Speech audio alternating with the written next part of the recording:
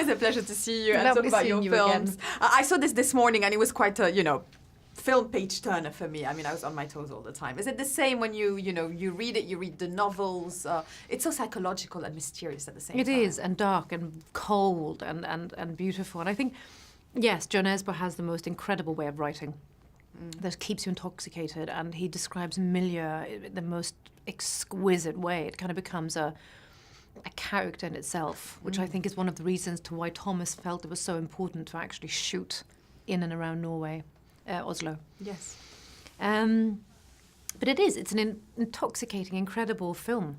But it's not scary shooting it, but the episodical moments where you sit in those little cabins out in nowhere thinking, oh my God. Yeah, is someone going to knock on my door? What if unannounced? there's a snowman outside the window? That starts moving a little Yes. bit. It's the kind of characters that are so ahead of themselves and their audience. I think it makes them fascinating. How is it from your point of view playing them, knowing so much more about them than the audience will ever discover? Well, I guess it's like holding a little secret, Yes. and it's fun, and it's also a responsibility, and especially for my character that goes through such an arc in this story. I know so much, and she has so many secrets, and Harry's secrets are kind of on display. I mean, the man has taken to the flask to become his new best friend, and there's sadness and there's despair to his character. And my character has such a sort of youthful naivety over her in the beginning. And then gradually we realise that there's something so much more sinister in her reasons of her actions. So you kind of have to take responsibility for these characters and not lift the lid too quickly.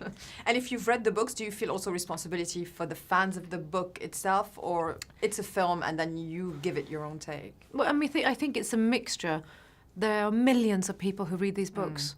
And I think my respect is that I want to create something that Joe is happy enough for me to portray, because it's not like the book. It's quite different.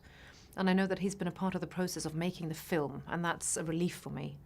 I can't live up to everyone's expectations because there will be millions of ideas. So all I can do is kind of enjoy what we're doing at that very particular moment, and then hide when it comes out. And just run away. Hide from him. You don't want him to put you in his next book.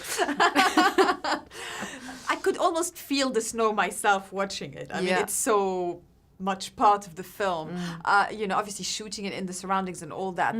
Did it become a character to you? It's just snow was accompanying you everywhere. Oh God, yes, it did. And not only did the snow become a character, the landscape became a character. The snowman is a character. And sort of all these essential bits sort of is so important to make the puzzle work.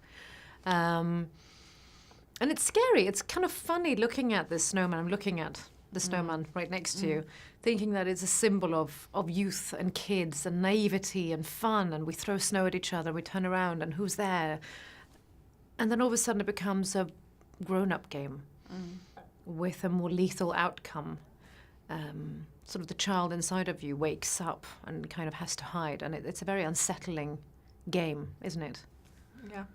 A lot of, subtext to the story. Obviously, it talks about women, it talks about relationships. It's a detective story. What resonated the most for you in terms of, the narrative of Joe and what the film is trying to say? I think what I loved about it is that it has so many different angles to it. And I love the idea that we can flip. And I love the idea that I can have my own secrets and my own ideas and vision around this film. A lot of people say misogynistic, and I think also, as we see later on, it actually flips, and it doesn't become misogynistic. But all senses are heightened in a film like this, and they can equally flip. And I love that. I love when you have everyone on sort of a suspense, when there's a bubbling kettle around. Exactly, and not knowing. Who done it, which is the most classical thing. Yeah, but also it's not only about the killing and who's done it. It also, when you have a threat from the outside, how does that generate the other people's reactions and their actions? My actions, how do they generate in Harry Hole's actions? And I love that. I love the domino of people's reactions. And finally, let's talk about Michael Fassbender and what, in your mind, made him so perfect to play the famous Harry Hole. I mean, I don't know if when I read the book, I had Michael Fassbender in my head. Someone cast him, they made him Harry Hole, and he's done a brilliant job. And now I can't actually see anyone else playing him. I think he has done an incredible, vulnerable portrayal of this incredibly strong and powerful detective.